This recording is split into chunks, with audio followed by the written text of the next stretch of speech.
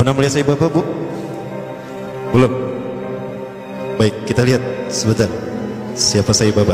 Beberapa ciri-ciri Dajjal ada pada Sai Baba. Ada seorang janda punya anak 4. Dia datang pada Sai Baba dan berkata, "Wahai Sai, Anda adalah Tuhan kami, Anda Tuhan saya. Saya seorang janda sudah 4 tahun ditinggalkan oleh suami saya. Saya punya anak 4, kami miskin Sai. Kami ingin merubah hidupnya. Anda adalah Maha Kaya Tuhan kami, tolong kami beri karunia." Sai Baba hanya menggerakkan tangannya, maka emas keluar dari tangannya, diberikan pada wanita janda tadi. Sai Baba berkata begini, "Kamu ragu saya Tuhan kamu? Coba apa yang bisa dilakukan Tuhanmu, saya akan melakukannya." Maka apapun yang diminta oleh Syekh tadi, Sai Baba melakukannya. Maka apa yang terjadi? Syekh tadi menjadi pengikut Sai Baba yang setia. Maka jika ada manusia-manusia yang luar biasa di antara kita, itu adalah mereka yang dibentuk oleh Dajjal. Contohnya siapa? David Copperfield, David Mindfreak. Siapa lagi? Para The Master ya. Jangan salah perasaan. Ada juga Rael juga sama. Dia seseorang yang tadinya tidak tahu apa-apa, sesuatu yang orang menganggap biasa, tiba-tiba dia menjadi seseorang yang luar biasa, supernatural, luar biasa. Itu juga sama. Termasuk juga Sai Baba. Pernah melihat Sai Baba, Bu? Belum? Baik, kita lihat sebentar siapa Sai Baba. Beberapa ciri-ciri Dajjal ada pada Sai Baba. Yang pertama, Rasulullah SAW menyebutkan, apabila engkau melihat Dajjal, maka engkau akan melihat di kepalanya sesuatu mirip mahkota. Saya berpikir, mahkotanya seperti apa? Jangan-jangan ini nih, Brekele, itulah mahkotanya. Oh betul loh, jangan salah. Rambutnya itu mahkota Dajjal. Kemudian dari aura tatapan matanya adalah sihir. Maka siapapun yang terkena pas tatapan yang bertemu, itu maka dia ada dalam kendali Dajjal. Hatinya ada dalam genggaman Dajjal. Lihat mata Sai Baba. Dan Sai Baba selalu menggunakan pakaian yang digunakan oleh Nabi Isa, kata Rasulullah nanti. 3 warna, serupan warna merah, orange, kuning, dan putih. Sai Baba selalu menggunakan itu. Para pengikut Sai Baba banyak tersebar seluruh dunia. Terbesar kalau di Indonesia ada di Magelang, Jakarta, Surabaya. Para pengikut Sai Baba disebutnya Defuti. Pemimpin Defuti Indonesia, pengikut Sai Baba adalah pemimpinnya Anand Krishna. Pernah mendengar Anand Krishna ya? Masih hidup Anand Krishna? Anand Krishna ini adalah pemimpin pengikut Sai Baba. 20 ciri-ciri Dajjal ada pada Sai Baba. Nah kemudian ada pesawat di Venezuela ketika take off, baru 2000 atau 3000 kakian, itu terjadi turbulensi. Ya, pilotnya sudah pasrah saja.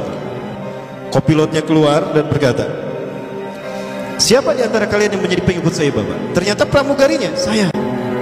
"Cepat berdoa untuk Sai Baba, minta kepadanya agar dia menolong kita." Maka dia kemudian masuk ke ruangan tertentu, dia berdoa kepada Sai Baba. Entah gimana doanya. Maka seketika itu pula turbulensi hilang dan pesawat itu normal kembali dan bisa mendarat di tempat tujuan, landing dalam keadaan aman. Nah ini Sai Baba. Berikutnya juga, ya, masih terkait Sai Baba. Ada seorang janda punya anak 4. Dia datang pada Sai Baba dan berkata, "Wahai Sai, Anda adalah Tuhan kami, Anda Tuhan saya. Saya seorang janda sudah 4 tahun ditinggalkan oleh suami saya. Saya punya anak 4, kami miskin Sai. Kami ingin merubah hidupnya. Anda adalah Maha Kaya Tuhan kami, tolong kami beri karunia." Sai Baba hanya menggerakkan tangannya, maka emas keluar dari tangannya, diberikan pada wanita janda tadi. Ada seorang syekh dari Arab ingin menghujah Sai Baba. Ingat Rasulullah pernah berkata, ketika kalian melihat Dajjal, lari menjauhinya. Jangan kalian mendatanginya, karena sekuat apapun hujah kalian, jika kalian tidak yakin dengan keimanan kalian, kalian akan menjadi pengikutnya. Akan ada seseorang ketika Dajjal muncul, dia datang menghampiri Dajjal. Yahujja bihujatihi, dia menghujah dengan kemampuan pikirnya. Fasara tabi'an lahu haqqa tabi'an. Ternyata dia menjadi pengikut Dajjal yang setia. Ini terjadi pada Sai Baba. Seorang syekh dari Arab Saudi, maaf dari Timur Tengah, saya tidak sebut Arab Saudi ya, kan seletot, datang menghampiri Sai Baba. Sai Baba berkata begini, "Kamu ragu saya Tuhan kamu? Coba apa yang bisa dilakukan Tuhanmu, saya akan melakukannya." Maka apapun yang diminta oleh Syekh tadi, Sai Baba melakukannya. Maka apa yang terjadi? Syekh tadi menjadi pengikut Sai Baba yang setia. Baik, kita masih bicara Sai Baba. Penuh sihir kan tatapannya ya? Begitulah Dajjal. Dajjal lebih dahsyat daripada ini. Suatu saat Sai Baba pernah diundang ke Amerika.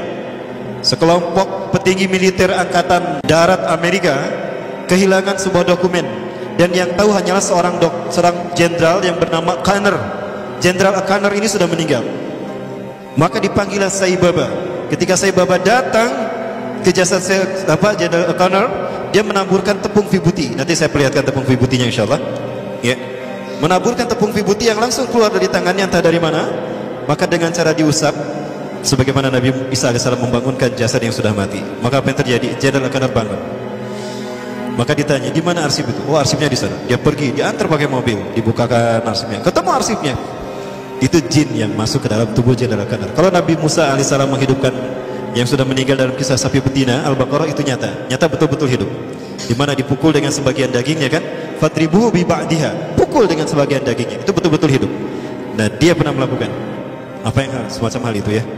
Jenderal Qanar pun bagus. Kemudian ada hal yang menarik lagi terkait dengan Sai Baba.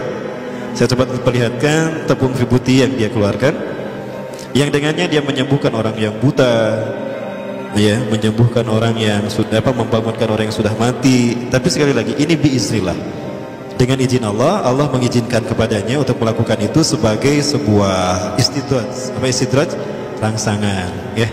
Apakah dia mau bertobat atau kembali kepada Allah Subhanahu wa taala? Sebelum ini muncul, ya ini agak lama. When Sai Baba removes his hand from the upturned pot, the vibhuti ash stops flowing. Seseorang berani menjual rumahnya, menjual mobilnya demi mendapatkan tepung vibuti walaupun hanya setitik saja.